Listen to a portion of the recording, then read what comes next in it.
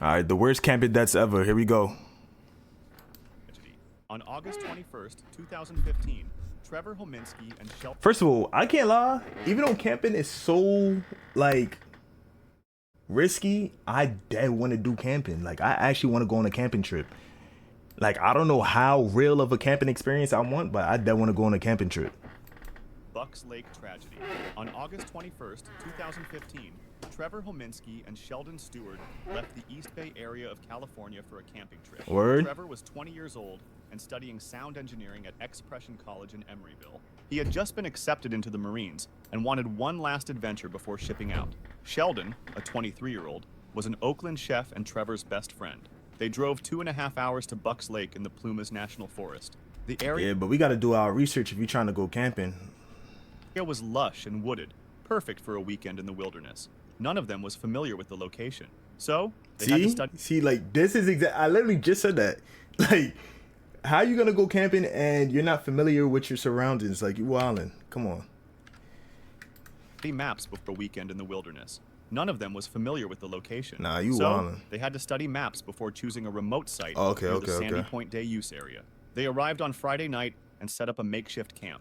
They didn't realize they were just yards from a proper campground with services. They also didn't know that other campers were nearby. Both young men had used LSD together before around the Bay Area. And that's your problem right there. And that's your problem right there. Using them drugs on a camping trip. Using them drugs on a camping trip. That other campers were nearby. Both young men had used LSD together before around the Bay Area. But this time, Trevor wanted an ultimate experience in a remote location before his life changed. According to witnesses, he wanted to take as much LSD as he could without... What? Nigga wanted to use as much LSD as he can possibly take? What the fuck is on? Nigga trying to lose his mata. Nigga trying to be on in another universe. According to witnesses, he wanted to take as much LSD as he could without permanently damaging his brain. Each of them consumed approximately 10 doses. In the early morning hours of August 22nd, campers at nearby Mill Creek noticed smoke. A small fire was burning. Nigga started about a quarter of an flying. acre. They called the emergency crews and firefighters rushed to the scene. But when they arrived, they found Sheldon Stewart barely conscious with puncture wounds in his neck. His shirt and jacket were drenched in blood. After extinguishing the blaze, the firefighters made a horrifying discovery. No. At the bottom of the fire pit was a badly charred body. Multiple... No fucking way. No fucking way. Them niggas started seeing... Yo, them niggas started seeing demons. What? Stab wounds covered the corpse. It appeared to be Trevor Hominski's body. Sheldon Stewart was transported to Enloe Medical Center in Chico. On his hospital bed, he told the police that Trevor had attacked him with a knife. He said he stabbed him 10 times in the neck. Authorities didn't believe him. The stab wounds on Stewart's neck were in an almost perfect row. They appeared self-inflicted. Confronted by the police, Stewart changed his story. He admitted to stabbing Trevor. Investigators also found buried evidence. It appears that Stewart had hidden a backpack, cell phone, and the folding knife believed to have killed Trevor. He built a fire and threw Trevor's body on it. He sat next to the body and smoked part of one of Trevor's cigarettes.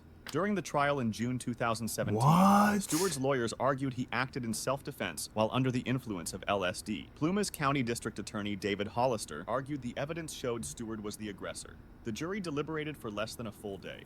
On June 13, 2017, they found Sheldon Stewart guilty of first-degree murder and arson. Hell yeah. On the 31st of August, 2017, he was sentenced to 26 years to life in prison. Yeah, you gotta get that nigga. Nah, you gotta get him going. You gotta get him going. Nah, come on, son. Son, bro deliberately took advantage of him while he was using his shit. What the fuck? See, and this is why you just can't be going with niggas like random niggas. You really gotta go with your mans. Like, I'm talking about y'all niggas is locked in. Like, y'all niggas is locked in. Like, you can't be going with anybody. Like, niggas taking 10 doses of LSD, you bugging. What the fuck is that? Pine Basin tragedy. On September 9th, 2023, the Easton family from Paul, Idaho went on a camping trip to Boise National Forest. The family had set up their camping tent and settled in for the night.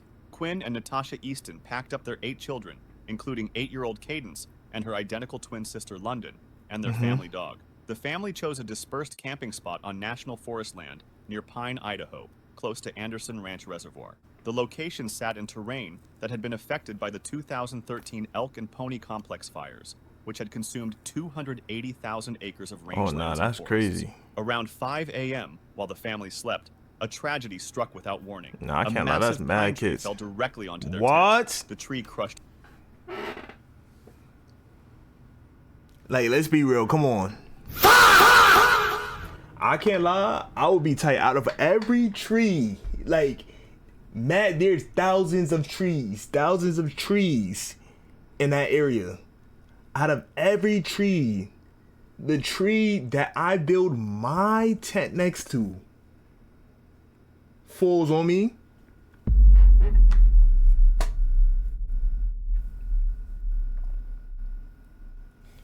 That's a different type of unlucky. Like, that's a different type of unlucky. Like, yo, come on, son. I can't lie. At that point, like, it was just your time. Everything without warning. A massive pine tree fell directly onto their tent. The tree crushed everything beneath it. Deputies from the Elmore County Sheriff's Office rushed to the scene. However, Cadence Easton was found trapped under the tree. Despite immediate Word rescue of bro efforts, committed too she many was pronounced sins. dead shortly after. Damn. Attempts to revive her proved unsuccessful. The family dog also died in the incident. Quinn and Natasha survived, but faced devastating loss. The cause was determined to be an unfortunate natural occurrence. No storm or high winds preceded the tree fall. The tree simply gave way, possibly due to root damage or natural Yo, decay. I can't lie. Yo, I literally can't lie. I'm looking at this shit like, yo, like it literally was just your time to go because no warnings, no nothing, and a random tree just fall on half your family. Like, yo, that is crazy. Tragedy shocked the small community of Paul, Idaho. A relative, Aurora Pierce, created a GoFundMe page to help with funeral expenses. Within days, the campaign raised more than $31,000. Cadence was remembered as a bright, loving child who enjoyed the outdoors with her family. Her funeral was held at 2 p.m. on September 16, 2023, at the Rasmussen Wilson Funeral Home. Dyatlov Pass Incident. Nah, On that's, January 25th. That's beast. I can't lie. That's beast. Like, and I know the survivors. I can't lie. If I survived that shit would have fucked my head up. OD. Like, only 2 of us survived out of that whole, all of us going in that camping trip. You saw how much people was in that tent? 5th, 1959, 10 experienced hikers set out on a skiing expedition in the northern Ural Mountains of Russia. The group was led by Igor Dyatlov, a 23-year-old engineering student. All members were students or graduates from the Ural Polytechnic Institute. Their goal was to reach Otorten, a mountain about 6 miles north of the incident site. The route was classified as Category 3, the most difficult. One member, Yuri Yudin, turned back on January 28th due to illness. He became the only survivor of the tragedy. On February 1st, the group set up camp on the eastern slope of I'm missing Yudin. Their goal was to reach Otorten, a mountain about 6 miles north of the incident site. The route was classified as Category 3, the most difficult. One member, Yuri Yudin, turned back on January 28th due to illness. He became the only survivor of the tragedy. On February... Oh, so God saved him. God saved him. He got a sign, he took the sign and went right back. He got saved. First, the group set up camp on the eastern slope of Kholat Syakhl. In the language of the indigenous Mansi people, this name means dead mountain. That night, something caused all 9 members to cut their way out of their tent from the inside. They fled into the freezing wilderness. Most of them were partially dressed or barefoot. When the group failed to return by February 12th, a search and rescue operation began. On February 26th, searchers found the tent. It was still standing but had been cut open from the inside. The tent contained their belongings, including shoes and warm clothing. Footprints led away from the tent toward the forest, about 0.9 miles downhill. Yuri Krivonashenko and Yuri Doroshenko's bodies were found under a large cedar tree near the forest edge by the search team. Both were barefoot and dressed only in underwear. Between the cedar and the tent, 3 more bodies were found. Igor Dyatlov was found about 980 feet from the cedar. Zenaida Kolmogorova was about 2,067 feet further, while Rustam Slobodin was another 1,578 feet beyond her. Damn. All 3 appeared to have been trying to return to the tent. These first 5 victims showed no major injuries. They died from hypothermia. Wait, 2 months hold passed. on. First Shit 5 getting victims heavy. showed no major injuries. They died from hypothermia. 2 months passed before the remaining 4 bodies were discovered. On May 4th, they were found buried under 13 feet of snow in a ravine about what? 246 feet from the cedar tree. These 4 showed massive internal injuries. Lyudmila Dubanina had major chest fractures and her tongue was missing. Alexander Kolobat. What? Yo, wait, hold on. Shit getting spooky now. What is going on?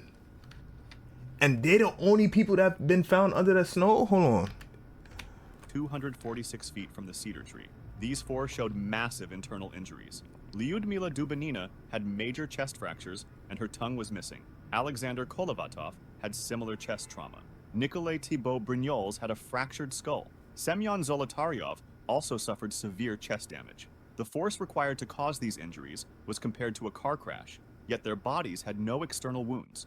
The medical examiner stated the injuries could not have been caused by another person. Some victims had high levels of radiation on their clothing. Several bodies showed strange orange tans. Dubanina's eyes were missing. Soviet investigators concluded an unknown compelling force caused the deaths. The case was closed and classified, and the Dyatlov Pass incident remains one of history's most debated mysteries. Chat, hold on. Cause now that shit just messed with my mata. Hold on. What the hell did they see? Wait, alright, hold on. Let me break it down. For them to panic from inside their tents off rip, everybody cutting their way out from inside their tent, running without clothes on in a snowy area, like a snowy mountainy area. Them niggas had to see something like unhuman. You see what I'm saying? Like I don't care what I don't care what people believe. Like shit like this is what I'm like, bro. There's no reason for you to be panicking like that unless something unhuman is being seen or is present. You see what I'm saying? For you to be panicking that hard, you got niggas tongues missing, eyes missing, chest fractured, and those people were the only people found 13 inches under snow. Those 4 people. That's not a coincidence. That's not a coincidence. Fucking Bigfoot got him a goddamn Yeti. Her tongue missing is crazy. That's crazy. Nah, hold on, son. The Dingo Attack.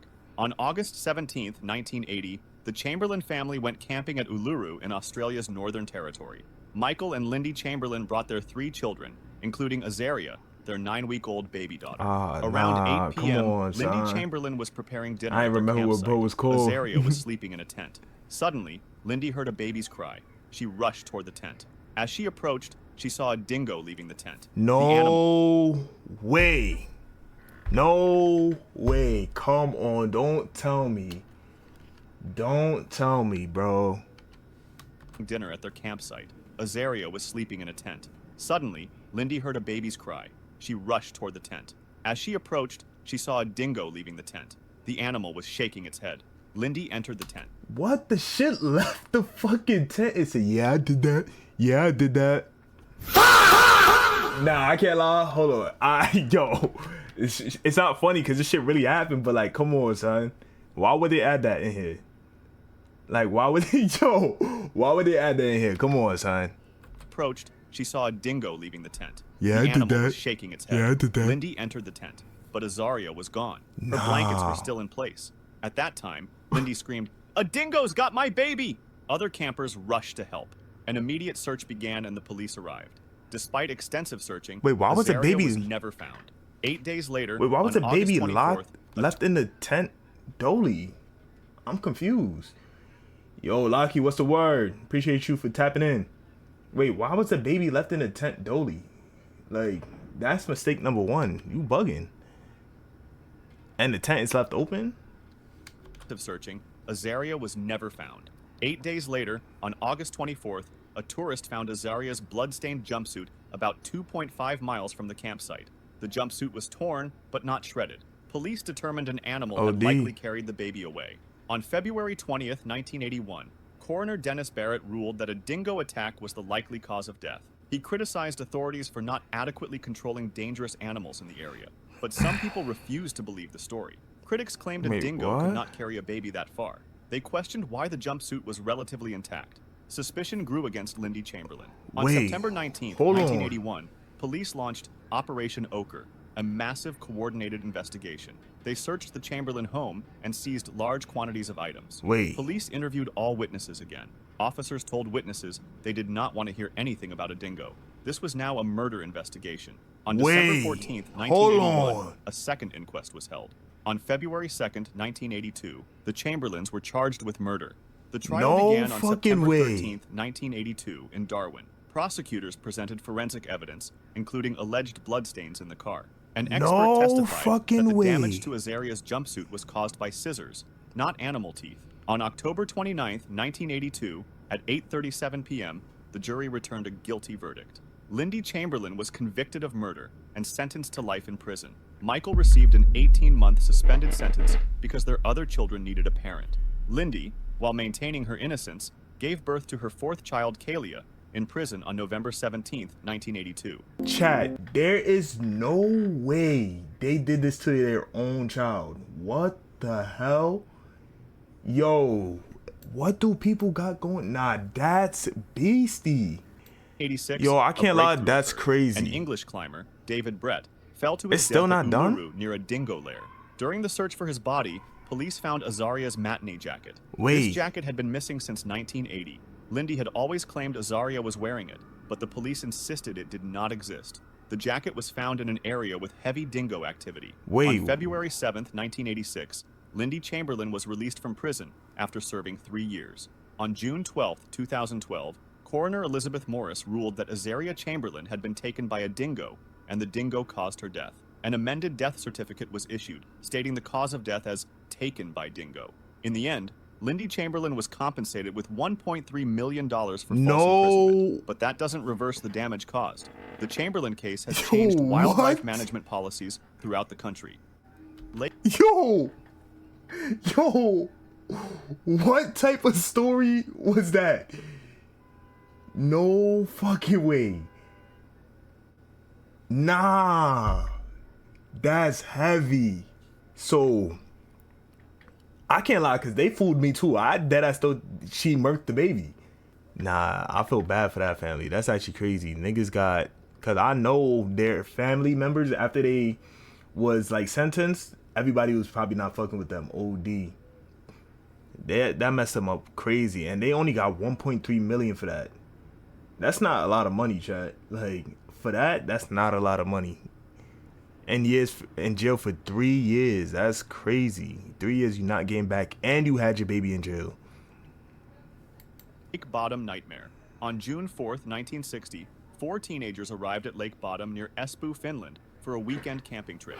The lake measured roughly 1.9 miles long and 0.6 miles wide. Surrounded by woods and distant from major settlements, it offered perfect isolation for young couples. Mila Irmeli Björklund and Anya Tulikimäki were both 15 years old. Nah, these They names went with crazy. their boyfriends, Seppo Antero Boyman and Niels Wilhelm Gustafsson, Okay. who were both 18. Come on. The two couples rode motorcycles through the winding roads by the lake and stopped in town to pick up food and alcohol. Locals watched them with suspicious glances. Espoo was a small town where everyone knew everyone. Outsiders camping by Lake Bottom was uncommon. They set up their tent on the lakeshore in a patch of woods. The afternoon went smoothly as the teenagers enjoyed their time together. Everything seemed perfect for a summer getaway, until it all became a nightmare. Sometimes around 4 a.m. to 6 a.m. on June 5th, someone attacked their tent from the outside. The killer used both a knife and a blunt object.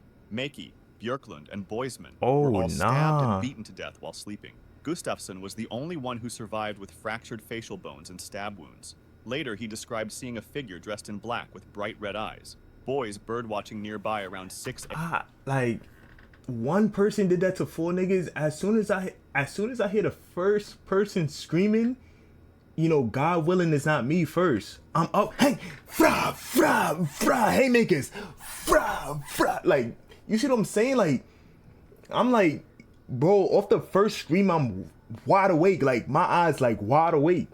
Like, you see what I'm saying? Yo, Eli, what's the word? Like, off the first scream, I'm wide awake throwing haymakers. Fra, fra. Like, nah. Niggas is not catching me. The only one who I'm not survived going with out like fracture that. Were all stabbed and beaten. Like, hold and a on. blunt I gotta go object. back. Makey. Look. One person down right here. Three other people. You see what I'm saying? You got mad time. Even if the second person don't got enough time, these two people in the back got enough time to wake up and start throwing haymakers. And it's, at that point, it's 2 against 1. You see what I'm saying? Like, nah, ain't no way. Björklund and Boisman were all stabbed and beaten to death while sleeping. Gustafsson was the only one who survived with fractured facial bones and stab wounds. Later, he described seeing a figure dressed in black with bright red eyes. Boys birdwatching nearby around 6 a.m. reportedly witnessed the tent collapse. They saw a blonde man walking away from the site. At 11 a.m., a carpenter named Esko Oiva Johansson discovered the scene, and immediately, he called the police who arrived around noon. By then, the victims had been dead for more than 6 hours. Damn. The tent was shredded. Several strange items were missing. The keys to the motorcycles were gone, but the motorcycles themselves were still there. Gustafsson's shoes were missing. They were later found roughly half a mile from the tent, along with parts of his clothing. The murder weapons were never recovered. Police made critical mistakes. They failed to take official recordings. They did not seal off the area. Shortly after the police left, curious onlookers and campers contaminated the murder scene. Police tried to fix their mistake by bringing in soldiers to search for missing items, but the site was trampled further. Most items were never found. Suspects emerged over the years. Carl Valdemar Gillstrom, a local kiosk keeper, was known for his hatred of campers. He'd cut down tents with a long knife and throw rocks at hikers. According to witnesses, he confessed to the murders while drunk, but his wife provided his alibi. Another suspect was Hans Assmann, allegedly a KGB operative. In March 2004, the police arrested Niels Gustafsson, the sole survivor, based on new DNA evidence. But on October 7th, 2005, he was found not guilty of all charges by the district court. Nah, they doing bad. Why they keep, like, arresting the wrong nigga? Like, nigga, you don't see my face? Like, I can't lie, I would have been dumb tight. You don't see my face? Like, yo. Sole survivor, based on new DNA evidence. But on October 7th, 2005, he was found not guilty of all charges by the district court. The Lake Bottom murders remain Finland's most notorious unsolved crime. If you'd like to see more stories like this, make sure to subscribe and feel free to drop suggestions. I can't lie, chat. That was a great video. That was a great video. That other one where it had dumb, like, mad lore and it went back. Nah, I can't lie. That one was heavy. That one was dumb crazy. That's a great video. That was a great video.